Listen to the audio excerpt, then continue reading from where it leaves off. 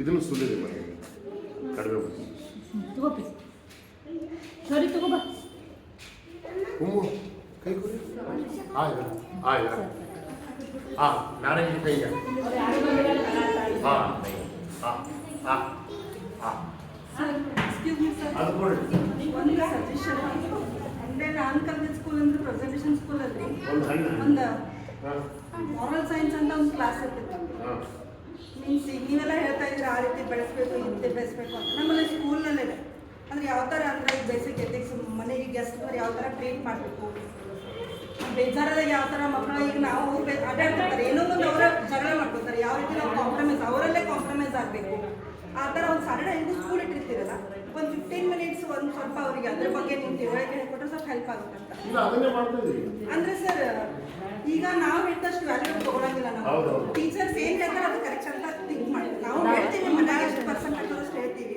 But ಅವ್ರಿಗೆ ಅದೊಂದು ಸ್ವಲ್ಪ ಮಾರಲ್ ಸೈನ್ಸ್ ಅಂತ ಒಂದು ಅವ್ರಿಗೆ ಬುಕ್ಸ್ ಎಲ್ಲ ಅಂದರೆ ಸಾರಿ ಯಾವ ರೀತಿ ಕೇಳಬೇಕು, ಖುಷಿಯಾದ ಯಾವ ರೀತಿ ನಾವು ಕಾಂಗ್ರಾಟ್ಸ್ ಹೇಳಬೇಕು, ಗೆಸ್ಟ್ ಜೊತೆ ಮನೆಗೆ ಬಂದಿದ್ದು ಇಂಟ್ರಾಕ್ಷನ್ ಮಾಡೋಂಗಿಲ್ಲ ನಮ್ಮ ಅವ್ರು ಯಾವ ರೀತಿ ಟ್ರೀಟ್ ಮಾಡಬೇಕು, ಹೊರಗಡೆ ಹೋದ ಯಾವ ರೀತಿ ಬಿಹೇವ್ ಮಾಡಬೇಕು. ನೀವು ಹೇಳಿದ್ರೆ ಜಲ್ದಿ ರೀಚ್ ಆಗುತ್ತೆ, ಅದೇ ಒಂದೇ ಇಂಟೆನ್ಷನ್. ನಾವು ಹೇಳೋದಿಲ್ಲ ಅಂತಲ್ಲ, ನೀವು ಹೇಳಿದ್ರೆ ಜಲ್ದಿ ತಗೋತಾರೆ. ನಮ್ಮಲ್ಲಿ ಸ್ಕೂಲ್ನಲ್ಲೆಲ್ಲ ನಾವು ಅಪ್ ಟು ಹೈಸ್ಕೂಲ್ ಲೆವೆಲ್ ಮಟ್ಟ ಮಾರಲ್ ಸೈನ್ಸ್ ಒಂದು 1 ಅವರ್ ಸೆಷನ್ ಇಟ್ಟಿದ್ರು.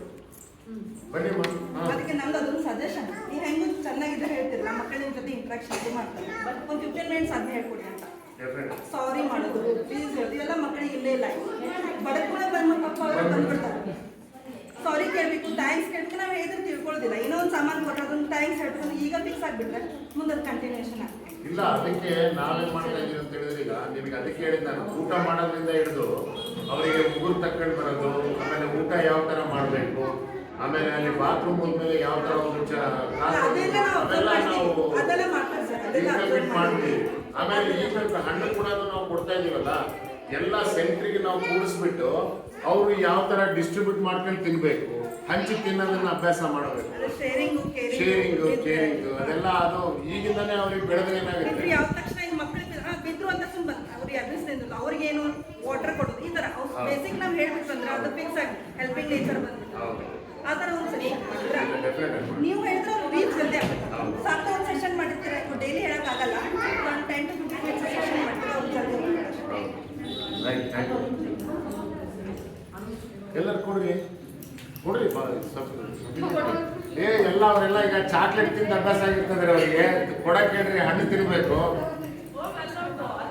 ಅದೇನೋ ಒಂದು ಗಾದೆ ಮಾತಿದೆ, ಹಣ್ಣು ಹೆಣ್ಣು ಹೊನ್ನು 3 ಅದೃಷ್ಟ ಇದ್ದವರಿಗೆ ಒಲಿತದಂತೆ.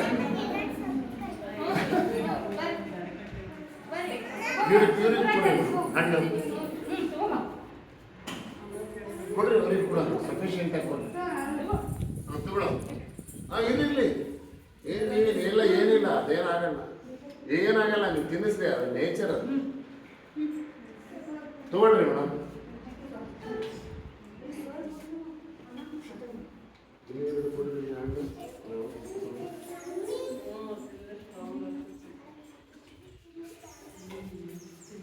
ಕಡು